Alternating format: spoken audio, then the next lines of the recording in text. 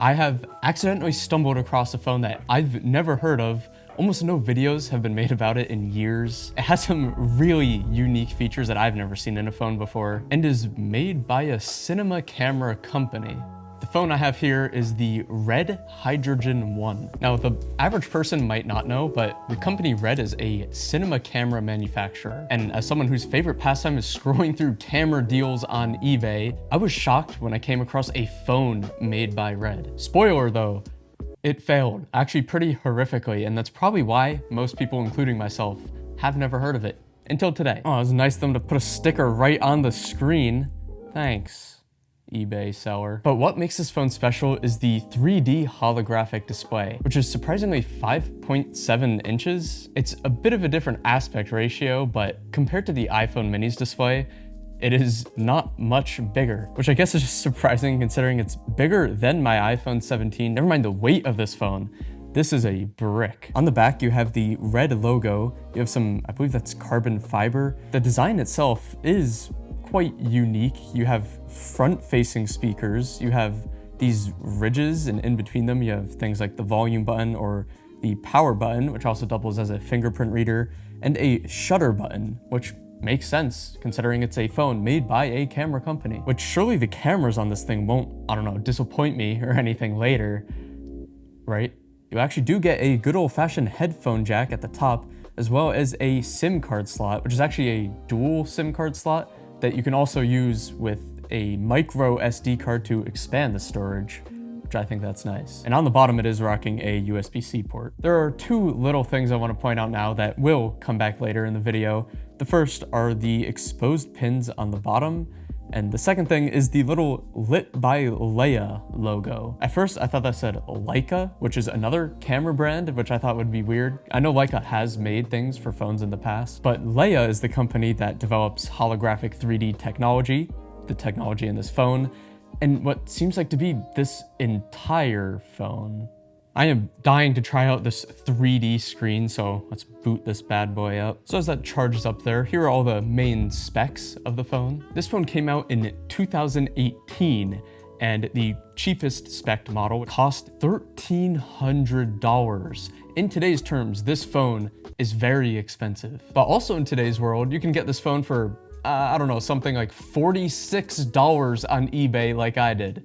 That fall off is insane. And now that it's on, oh, what is that sound? That sounded so weird. Sounds like it's trying to be futuristic. Okay, that'll definitely get old very quickly, but that's fine. So the display itself is 1440p and 60 hertz. Its max charging speed is 18 watts and does not support wireless charging. But to be fair, around the time of this phone's release, was around the release of the iPhone X, which also had 18-watt charging and just started supporting wireless. As far as the Android system, it's rocking a fresh copy of Android 8. 3D holographic display, here I come, because I am excited. On the Hydrogen network, there is nothing. I think the Hydrogen network was a place where you can view certain movies or short films or just content that is able to be viewed in that 3D holographic space. Now there's the Red Leica Loft app, and I get to get a glimpse of that display, which is very, very cool. That's like the app store for all the holographic games and apps, and it is not letting me connect. I also assume the servers are down for that. Now I have a feeling this 3D effect is gonna be hard to show just through a camera. So to explain it, it's kind of like a 3DS. So it's not like a 3D movie where it's popping out at you. It's instead sinking deeper into the screen. Now it is better technology than the 3DS because instead of 2 viewing angles, it has 4. So you can kind of tilt it around and still see that depth. It is a very cool effect. It's a little weird. What about the Red Player app? I believe that's, whoa. Those speakers sound awful. What is this? Oh wow, that is so much better when I turn it into horizontal. Here is a test video that's kind of showing off all of the 3D display. I haven't seen anything in 3D for a while, other than VR, which kind of goes into a big point I'm gonna mention later about why this phone failed. But this is just so niche. Like a 3DS is a gaming console, so you're playing a whole list of good games in 3D.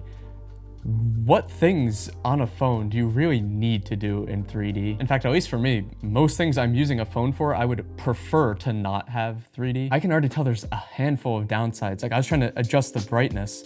It is already somewhat dim. This is max brightness, but once you have it in the holographic mode, it gets even dimmer. And just watching like a normal video in a non-holographic mode, the display's passable for sure. It's not really that good. And again, I'm not too sure how well it's gonna come up on camera, but with a brighter background especially, you can almost see individual pixels, but it's not pixels, it's just the display technology that is used to make it holographic. With the price around 50 bucks, it may not be worth it as a modern phone, but for a modern pocketable 3D movie player, maybe. It is really easy to load 3D content on it too. You just need to find any side-by-side formatted video, and then at the end of the file name, you just add an _2x1, and then you can open it up in the Red Media Player in 3D. And like I said, the audio is also available in 3D. To me, the 3D effect does give it more directionality. Like it sounds more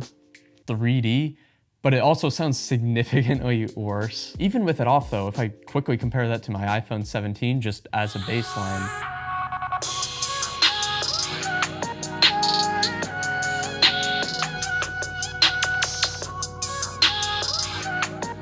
it surprises me how bad it sounds. I mean, I understand these phones are like, what, 7 years apart, but it has front-facing speakers, so I felt like that would at least do something for me. Now, it is a little disappointing how most of this isn't supported anymore, but another quick thing to note is, again, it's lit by Leia. Leia has been developing some crazy cool holographic things, including a tablet and also a monitor that works just like this phone, except in tablet and monitor form. They also have a human hologram, which that is quite futuristic. I don't even want to know what in the Blade Runner that's going to be used for if that's released to the public. So it is a cool display. It is just a little disappointing considering how often you can actually take advantage of it. I would say I'm even more disappointed in their cameras though. And by there, I mean Red's. Well, kind of. This phone was made by Red, and Red makes amazing cameras. So of course it makes sense that this phone has their cameras made by Leia.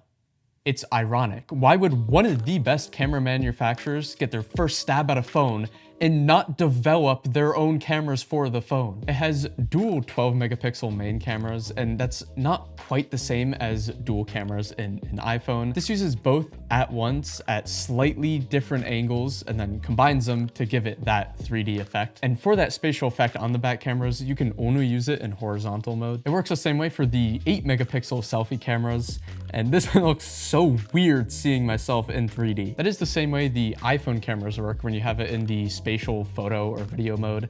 The biggest difference is you can view those 3D pictures on the Hydrogen when you can't on the iPhone. On the Hydrogen's camera app though, there are some nice controls like shutter speed and of course the 3D or 2D toggle switch. For a quality comparison though, here is a picture taken on the Red and here is one on the iPhone. Now in my experience, compared to any other phone, iPhones tend to look very washed out. Compared to the Hydrogens though, I'd say it's equally as bad, maybe a little bit worse overall, although I do look how the color green renders on the Hydrogen. And here's another picture of a banana for cinematic value, of course. And it's just not great. I also took 2 pictures in the 3D mode as well.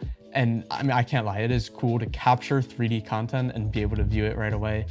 But as soon as you send that off to another device, like an iPhone, it just looks so bad. And for video quality, I am also prepared to be disappointed. This is on the Red Hydrogen 1. Can't imagine it's too hot. And this is on the iPhone 17, which again, I'm aware it is a much newer phone. It's not a fair comparison, it's just a baseline so we can see the differences to modern technology, okay? Finally, here's a test using the selfie camera of the Red Hydrogen 1 and also what the microphones sound like.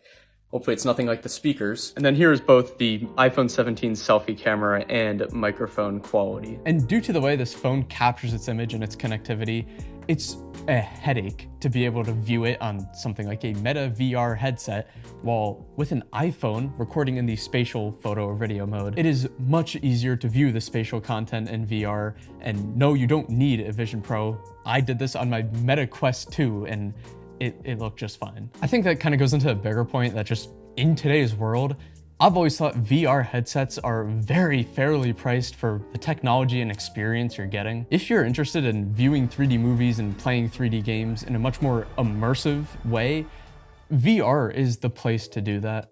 But there's more that I haven't touched on, most notably the exposed pins that I mentioned at the start. That's not just like a design choice. I first saw this and I immediately thought red DSMC2 cameras, where they had monitors that you could plug into exposed pins like that. For a phone like this, imagine that modularity. You can connect a real red cinema camera sensor by clicking it in here, or external storage, or a bigger battery. There's so much you can do with it. And from my research, that was the plan. Red patented a ton of technology to develop what could have became a modular cinema camera right on your phone. But obviously, that never happened. Even if they did do that though, this phone already costed a lot on its own. I can't even imagine what Red would charge for the modular components. It would have a very, very niche market. It's a very cool phone to try, but a pretty awful phone to own. Even though it failed and essentially has become forgotten today, I've had a ton of fun exploring it, especially as someone that didn't even know it existed a month ago. If you know of any other niche specialty phones like this that have kind of been forgotten that would be fun to try, be sure to let me know. But thank you for watching and feel free to subscribe for more.